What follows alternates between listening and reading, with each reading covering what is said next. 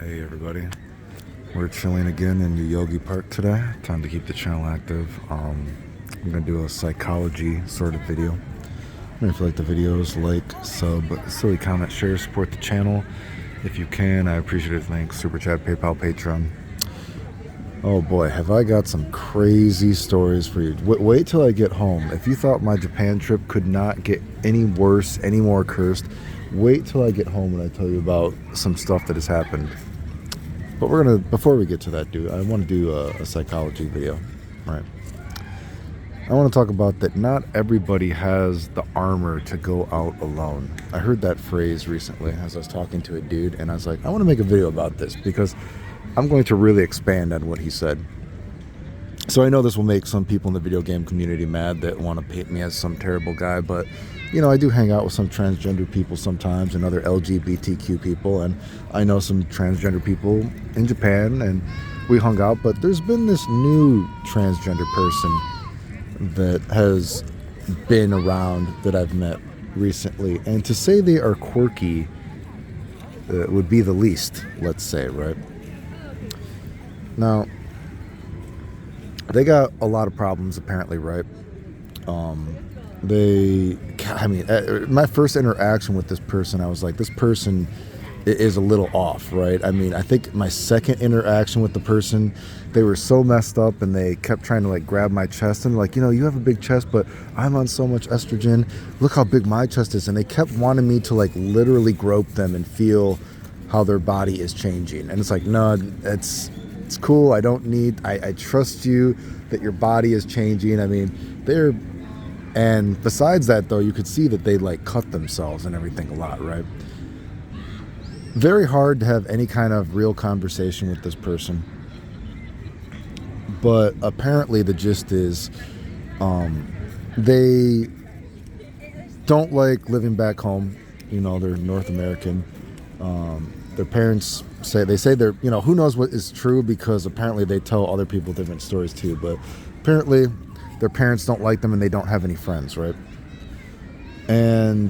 But they speak pretty good Japanese, and I've talked to them. I'm like, and it was so funny because when I tried to have a real conversation with them, and it was kind of like, again, you know, people that watch this, right? You know, I always say it's funny because people are like, oh, you should touch grass, Clayton. I'm like, you guys are the ones that have never gone outside, right? And sometimes when you talk to, oh, kawaii, narete mo ii, oh, kawaii, arigatou gozaimasu.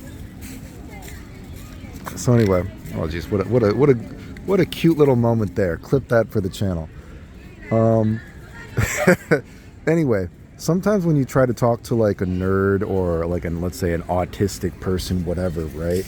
If you try to have a real conversation with them, you can see they can't handle it. So at one point I was talking to this person and I was trying to like be like, yo, tone down. I didn't say that, like tone down the autism. I kind of tapped them on the shoulder like, yo, you don't have to put on this weird act or something. Like I'm trying to have a real conversation with you.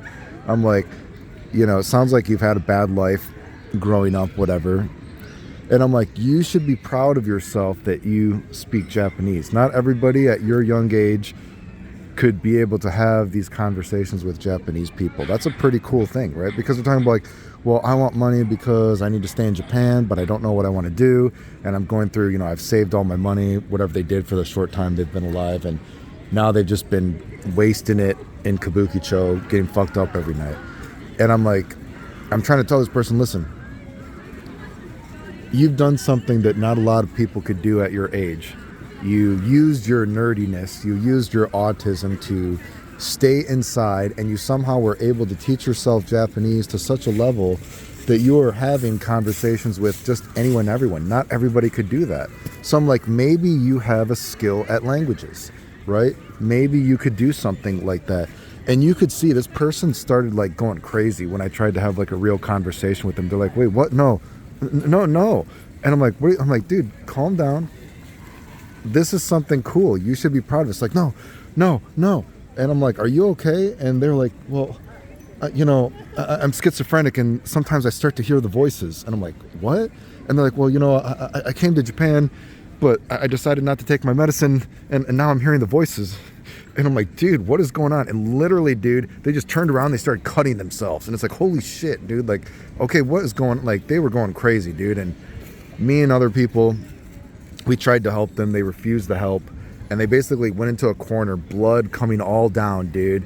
And they're just like going crazy. Like, oh, I didn't bring my medicine to Japan. And I'm hearing the voices. No, I'm okay. So, I mean, I eventually went home because, you know, I don't stay out till the last train. I don't drink. I don't do drugs. But some other people stayed with them. And apparently they were cutting themselves till 5:30 in the morning till the last train. But I was talking to one guy about it. And we're talking about it. And I'm like, man, this is not the place to go to Kabukicho when you have a mental illness like this. You know, it's one thing to be around your peers, you know, and it's peers in terms of, I guess if we say, you know, some people, they have mental problems, you know, bipolar, depression, whatever. But if you literally go to another country and you have spent your entire life savings just to do drugs and get fucked up with a bunch of, you know, other youth, that's not like a good place to be in your mental state, right? That's just like feeding into that, dude. Like, this is, you've wasted your life savings to go to Japan and just do drugs the entire time.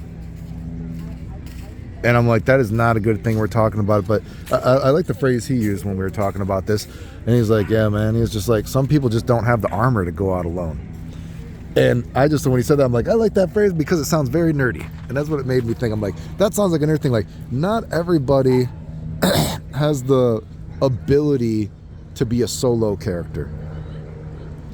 Not everybody, you know, can go out alone. They don't have a high enough armor stat. Maybe they only have a magic stat or a strength stat. They need like a support team. They need the magician on the team. They need the tank on the team, whatever it is. You know what I mean? Like, this is the perfect example of a person that when left to their own devices, this is not healthy. And, you know, I try to tell them like, yo, dude, you know, it's one thing if, you know, I understand on some level that you're saying that you don't like your life back home or something like that, that your parents don't understand you and you don't have a lot of friends, but wasting your entire life savings just to do drugs so you can cut yourself more and more and talk about killing yourself all the time. And then when someone actually tries to tell you like something good about yourself, it blows your brain so bad that you start having like a panic attack. Like, that's not a good environment, dude. Like, some people, again, and I like that phrase, like, he didn't say, he's not making it quite as nerdy as I am, but I guess I'm more of a nerd. And so I heard that, and I'm like, that's very nerdy. I'm upping the nerdness. My autism has peaked. Okay, I will polish this and make it even more nerdy because I liked it, right? And then, you know, a sadder thing is too, and then so a couple days after that, I had seen another guy, and he's another sort of LGBTQ guy, actually. Dude, it's just so crazy. Apparently I hate LGBT, and yet I seemingly hang out with many of them. But he's a bi dude, and we're talking, and at some point, you know, that girl, the transgender girl, she's over there, and he pulls me away, and he's just like going, like, man, I gotta talk to you. And he's like, dude, you're the coolest person I've met this entire trip. And I just got to say, dude, you need to stop. Don't fuck with that person, dude. And they're like, that person is so negative. And they're like, right when you left, you know, they just started talking shit about you and, you know, giving you nasty looks, or they were giving you nasty looks right when you got back, and they were talking shit about you. And they're like, you don't deserve that, dude. It's like, you're the coolest person I've met this entire trip. You're nice to everybody. And they're like, you know what, that person, they're just like, that person's a lost cause. You know, just like, fuck that person. I just want to tell you, like, you know, don't associate with people like that, because, you know, so that was kind of, but I actually kind of believe that, because you know what, that person, like I said, ever since this new transgender person, all they seem to do is just talk shit about everyone else is bad, blah, blah, blah, blah. You know what I mean? And it's very, it is negative. And that's why I say, you know, that kind of area, you think, you know, when I go to Japan, you know, I don't go to Shinjuku or Kabukicho, you know, during the day. And, you know, it's one thing to go to the city at night, but man, to spend all day there just getting fucked up all day, all like to last train, that's just not healthy, man. And some people just, they don't have the armor to survive. And I think you could also relate that to the video game world. Of course, you think about that so many, I guess if we now make this video game related, you know, a lot of people, they don't have the armor to survive in video games alone. If you look at other content creators, everybody just shilling each other, they can't, like, they're not actually there on their own merit, right? They need a team behind them, right? Just like, why do people get mad at me? Like, I'm the fucking solo character, dude, right?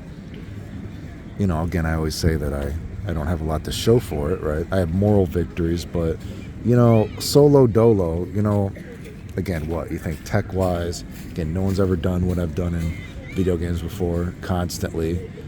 Although I don't consider myself a competitive player, I was successful competitively. I was able to make money, right? Then you think, you know, predicting games, talking about games, and you just think some people, they can't survive on their own, dude, right? And I guess perhaps you could say, Clayton, well, you don't make money now off YouTube, really, so you haven't survived on your own either. So I guess maybe I'm calling my own bluff right now. I guess I put the quarter in my own ass and played myself technically, if you think about that. It's very hard to survive on your own, I guess, but I don't know. I just like that phrase, and I wanted to make a video about that. That some people, they don't have armor to be out alone. Some people are not solo characters in life. Does that make sense? Anyway, that's my deep thought of the day. Remember, if you like the videos, like, sub, silly comment, share, support the channel if you can. I appreciate it. Thanks. The end.